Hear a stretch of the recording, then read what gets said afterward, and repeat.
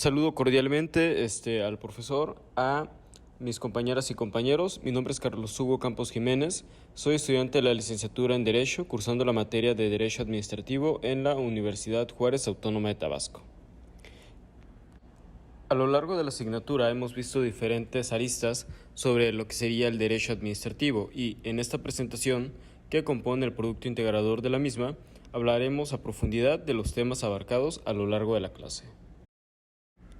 Así pues, para dar inicio a esto, considero pertinente hablar sobre el concepto de la administración pública, la cual se refiere al conjunto de instituciones y organismos encargados de ofrecer y proporcionar los servicios que el Estado debe brindar a los ciudadanos, tales como seguridad pública, salud, infraestructura, y se puede dividir en dos principales grupos. La primera es la administración pública centralizada, el cual incluye organismos como las Oficina de la Presidencia de la República, las Secretarías de Estado, las Consejerías Jurídicas del Ejecutivo y los órganos reguladores, entre otras, y también tenemos la Administración Pública Paraestatal, el cual es un grupo conformado por organismos descentralizados como empresas estatales, instituciones nacionales de crédito, organizaciones auxiliares nacionales de crédito, instituciones nacionales de seguros y fianzas, etc. Dentro de las fuentes del derecho administrativo, el cual fue otro tema abordado en la clase, tenemos diferentes tópicos: las fuentes supletorias, las fuentes formales, fuentes reales y fuentes históricas. Las primeras abordan sobre la aplicación supletoria de las normas jurídicas, las cuales provienen de distintas ramas del derecho positivo y básicamente se refiere al uso de dichas normas para complementar y resolver vicios legales de una determinada área del derecho. Las fuentes formales, por otro lado, son las reglas y leyes que se encuentran escritas, es decir, incluyen la Constitución, las leyes federales, leyes locales y demás reglamentos que se encuentren dentro de la ordenanza jurídica. Las fuentes reales son reglas que no están escritas per se, sin embargo, se aplican en la práctica y son reconocidas por la jurisprudencia y la doctrina. Estas pueden ser la costumbre y los usos administrativos. Las fuentes históricas, por último, se refieren a las normas y prácticas que se aplicaron en el pasado y que todavía tienen algún impacto en la actualidad, ya sea por analogía o por consulta. Esto incluye las leyes y normas antiguas, las decisiones judiciales previas y las prácticas administrativas que aún se mantienen. Ahora, como tal, el derecho administrativo puede ser entendido como la rama que se dedica a analizar la estructura y la práctica de la administración pública, es decir, el estudio de quien lleva a cabo las tareas administrativas, cómo se organizan, características internas, normativas, así como los recursos físicos y materiales utilizados por las y los servidores públicos para cumplir con el nivel primigenio o atender las necesidades primigenias de la sociedad. Aquí podemos ver dos principales rubros: el derecho público, el cual se ocupa de regular las relaciones que existen entre el gobierno, el Estado y los ciudadanos, y el derecho privado, el cual son las normas y reglas que rigen las relaciones entre los individuos, es decir, entre particulares. Con lo anterior, es prudente dividir a la administración pública en diferentes aristas.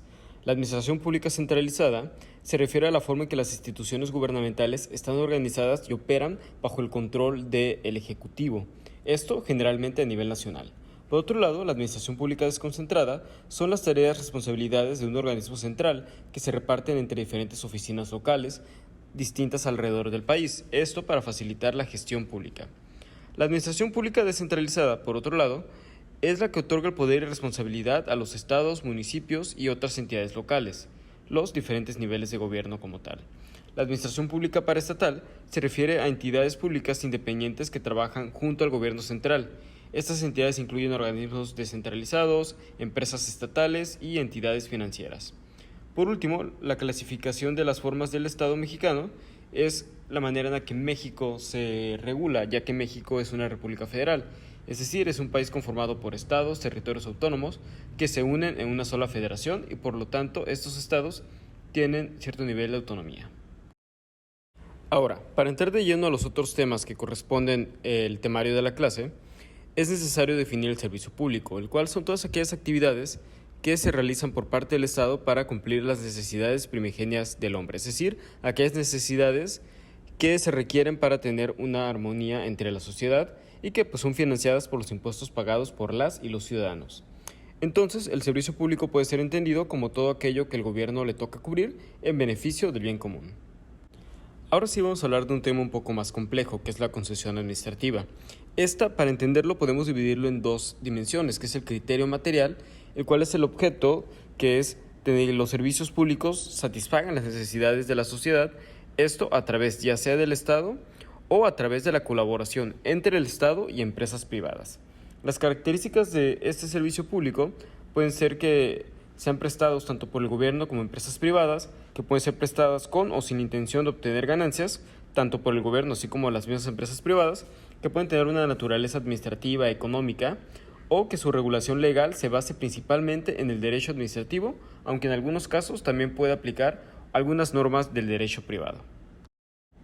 El contrato administrativo, por otro lado, es un contrato que se realiza entre el gobierno y una persona o empresa en el desempeño de sus funciones públicas y para cumplir con sus responsabilidades. Es decir, los contratos administrativos implican la participación de la administración pública que representa el gobierno a nivel federal, estatal o municipal y otras entidades públicas. Estos se establecen con el propósito de satisfacer necesidades públicas como la prestación de servicios, la adquisición de bienes o la realización de obras. Tanto la administración como el contratista establecen las condiciones específicas que buscan beneficiar el interés general de la sociedad. Ahora bien, el acto administrativo corresponde a los reglamentos, decretos, acuerdos o normas oficiales mexicanas.